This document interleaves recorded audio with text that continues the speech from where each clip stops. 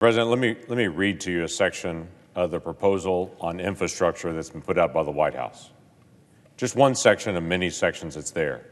This particular section on national critical infrastructure reads this way: funds for schools to reduce or eliminate the use of paper plates and disposable materials.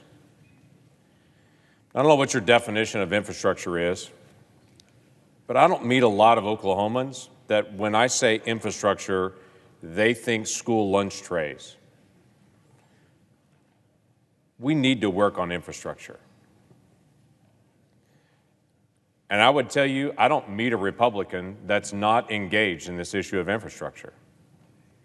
And it's not the first time for any of us to work on infrastructure. We've had multiple bills. I remind people around my state that every time you're driving around my state and you see an orange construction zone and a flashing sign, that's a previous infrastructure bill that was done. In every direction that you go in my state, you're going to see infrastructure that's already happening and working, because working on infrastructure is a common part of what we do. Republicans have stepped to the table and have said, let's work on infrastructure together. In fact, it was interesting, President Trump over and over again talked about working on infrastructure and trying to be able to get a major infrastructure proposal. Our definition of infrastructure, though, doesn't include school lunch trays. We'd like to work on highways. This particular package that the White House has sent us, we've just raised our hand and said we have a few questions before you want to be able to move this forward. This particular proposal spends $174 billion for electric vehicles, but only $115 billion for the highways that they'll drive on. We just believe we need to spend more on highways. We don't mind incentivizing electric vehicles, but quite frankly, there's been a lot of incentives out there already.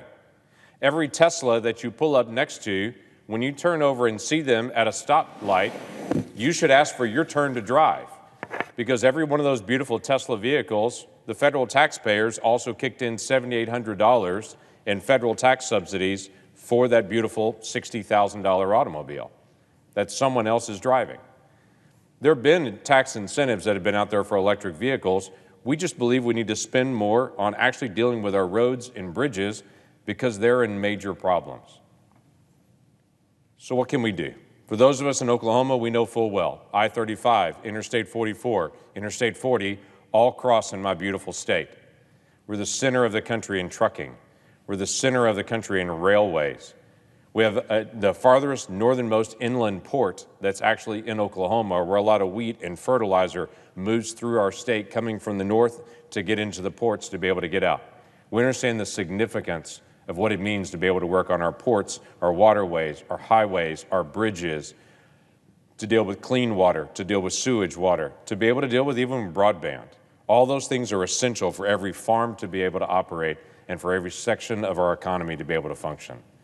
Let's work on this together. Let's find a way that we can actually hit common ground and agree that working on airports and working on highways and working on bridges are vital to us. And then let's talk about the rest of the other things on this, because we have a lot of debt as a country. And adding another $2.5 trillion and having a debate about a corporate tax change that, quite frankly, in 2017, when we made that corporate tax change, 70% of that difference in those companies went to employees' wages.